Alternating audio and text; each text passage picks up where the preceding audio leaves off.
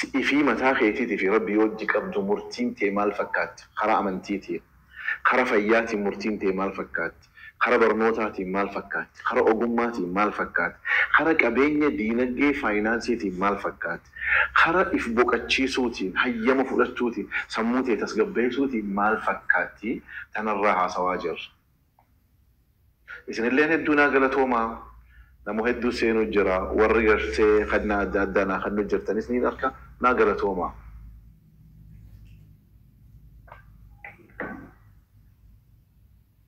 مال جتي هوي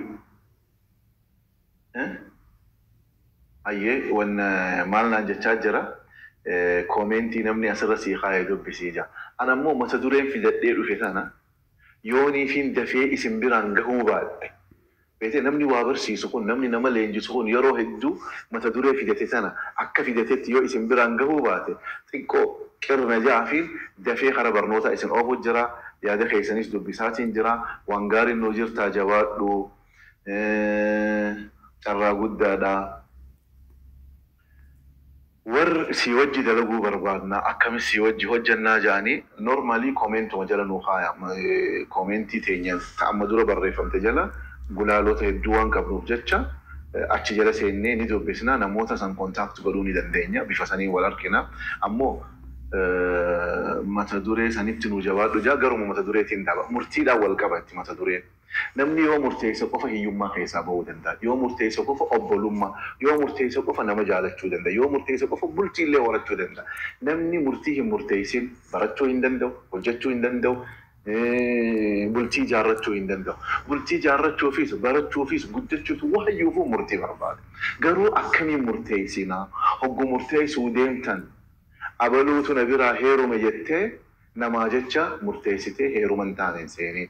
أبلون نبيرا فود يتة مرتي سينفكان مرتيستي بكم ثاني سنين أبلو تو كأي سكولارشيبي تو كو أبلاي قولي يتة خرافين كابني هيوسو يدوفي سينبرني أبلاين قولي إتين سنين مرتين جرينيا إلمنا ما خيسة وان أكا وهيو جالا رفوفوني مرتيسيت nyaachufni murteessite dhuguufni murteessite deemuufni murteessite namaan haasa'uufni murteessite tanaawu hogguuniif murteessuu deemtan please qaceelloon na dhagayaa an anumarraa dhugaadha onnuma tiyyarraa hin isinitti himu jira hogguu murteessita murtii dhaabbadhaa iffakkaadhaa kasi fakkaattu murteessi wanuma namni hedduu murteessee fi murteessi yoo si fakkaachuu baatte ati atuma hogguuniif kophaatee hafti وقوليف أول سنتي مناخي ولا شفت سيفي ربي خيك وفاوليها مرتي أمتها وجه يوخو نماجي يتيتي سنقودين إفقولا سنتهين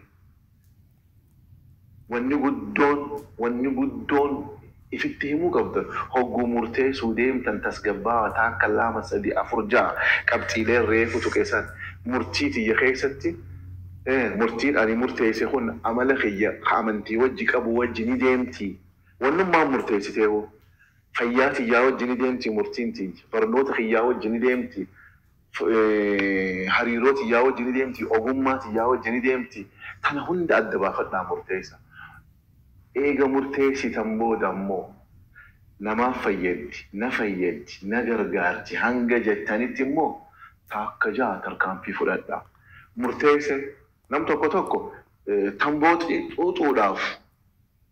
xuuxuu dhiisuudhaaf murteessee jira. Murteessu jechuun maal jechuu darbuudha tamboo. Yoo ammarraa eegalee maaliifiin tamboo xuuxuu dhiisuu murteesse jee hogguu if gaafatu dhugaa sababatti dhiistanii sifattiin hima. Murtiin akkanumaan lafa kaanii murteessuu miti. Tamboo maali? Araada hamanat taate.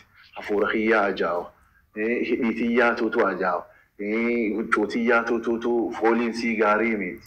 nama keessa dhaabbadhee xuuxuun namni hundinuu akka malee na laala fayyaatiyya miti arkitanii amma murtii waan takkaa hogguu murteessitan sababa amma tamboo akka fakkeenyaaf fudhanne arkitanii samboon qaamaaf dawaan qabdu jireenyaaf dawaan qabdu huccuu teenya nurra balleessite afaan keenya nurra balleessite yoo haadha manaa qabaanne haadha manaa teenya illee ni jeeyi tamboon nuti dhuwi yooniif sababa akkanaa kana taakka lama sadii afur shan jennee lafa kaayyannee murtiin tamboo dhiisuudhaaf goonu sun lafuma kaanee akkanuma dhiisuu miti.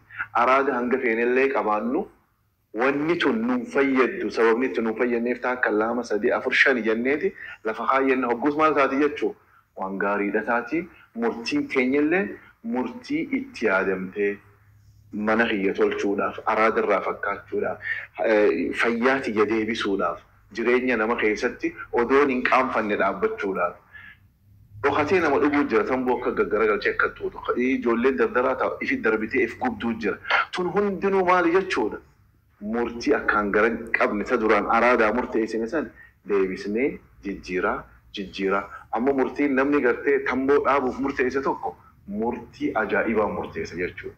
Tan isa fayyaddu, tan hawaasa isaa fayyaddu, tan fayyaa isaa fayyaddu, tan maatii isaa fayyaddu, tan biyyallee fayyaddu jechuudha. Hogguu wanta akka murteessuu qofaa miti maalii fi murteessaas bira kaayaa murtii keessatti jechuudha. Egaa qaceelloon murteessan booda if duuba deebiin hin jirtu tarkaanfii eegaltan jechuudha. Hogguu fakkeenya akkuma tamboo sanitti hin deebiin maaliif waan nama hunda barsiisaa jireef. Hogguuniif murtii san cabsuudhaaf yaada lafa kaayee cabsuudhaaf deeme